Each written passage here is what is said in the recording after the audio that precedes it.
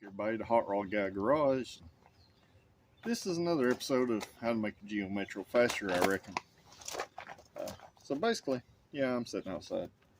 Out here messing with Project Freetro. We got Project Phoenix in the background, and we got Project Blue Balls over here to the other side. But y'all probably can't see.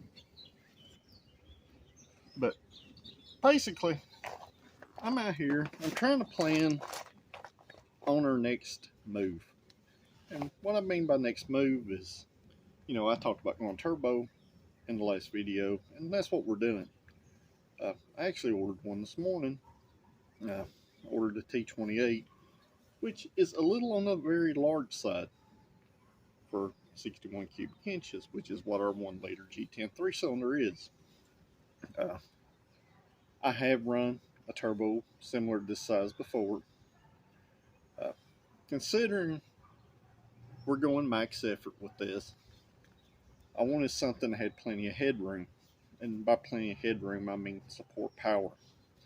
So I spent the last few days plotting compressor maps out, theoretical RPM ranges, and other things of that sort until I kind of landed on one that kind of fit, the box. There's a lot of stuff goes into that math, a lot of theoretical values, and a lot of assumptions as far as compressor maps being correct.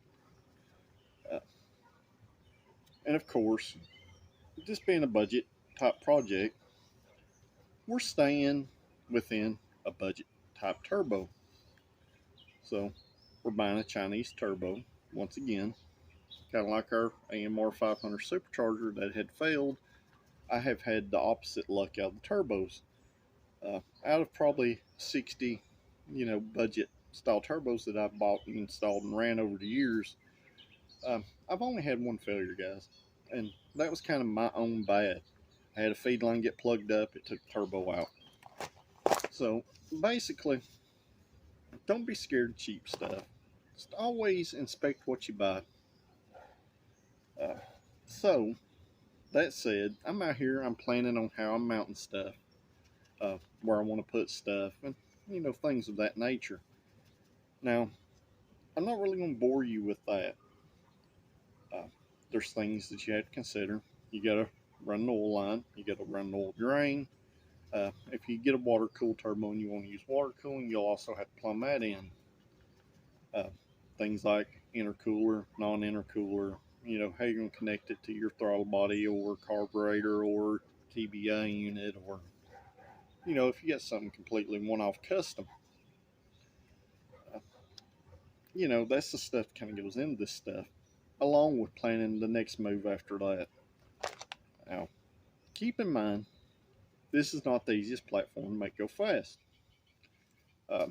Obviously, a front-wheel drive economy car is not the best car to do stuff like this with. So you will have breakage, you will have parts failures, and you get into stuff like traction issues that we had. That's why I build stuff like Project Phoenix back there.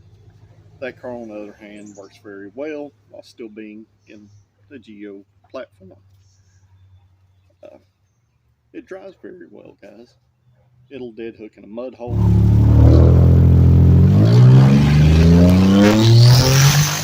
Where this thing repeatedly blows tires off, and it probably makes 3 times as much power, if not 4 times as much power.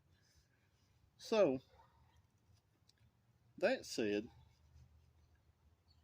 what's the fastest 1/8 mile, 1/4 mile time 3-cylinder, Geo Metro, Suzuki Swift, Pontiac Firefly, or other variants have you seen? Let me know in the comments below. From what I'm seeing and what I've read over the years, this car's probably well over a second faster already than any posted times that I've seen. Now, the question is, how far can we take it? Now, I do believe, and you can hold me to this in the video after we get the turbo installed and we get some data, I do believe this car is going to pick up an even larger amount. Now, what I plan on doing, I'm going to start out at the same boost level as what the supercharger was.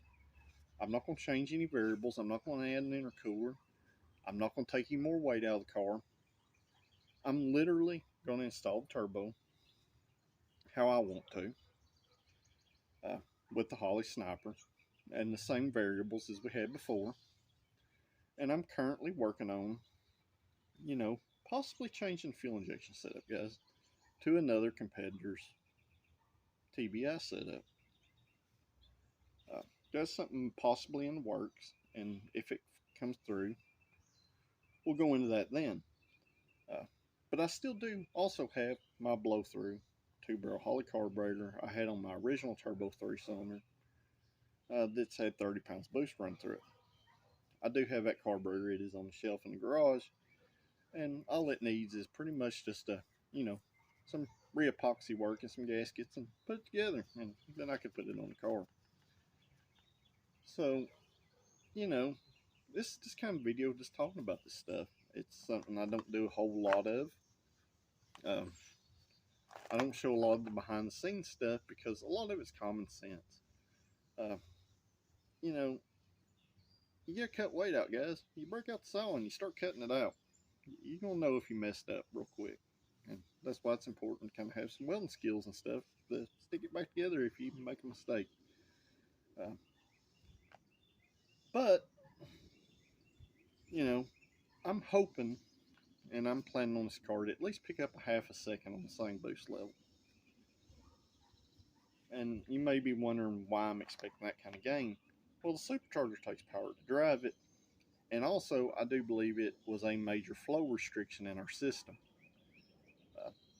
Being said, I've said that a few times in the past. The little supercharger was designed for a 660cc motor, where this is 1000 cc's, or close to it. It's like 996 cc's, but it is a 1 liter. It just can't flow that kind of air, guys. That's why I had it overdriven as much as I did. And that's part of the reason why we had the failure. I'll say it again. If you wanted to run one of them superchargers with a larger pulley, slow it down a lot, it'd be a blast in a daily driver type of car. Lots of low end power. So, basically, guys, I'm going to kind of leave you at this point. Where I'm out here just kind of mocking stuff back up roughly after checking our ports. I'm just trying to figure out what all I got ordered to do the thing. So other than that, I'm not going to change anything on the car. And, you can let me know in the comments below what you expect. So until then, guys, I'll see you at the next one.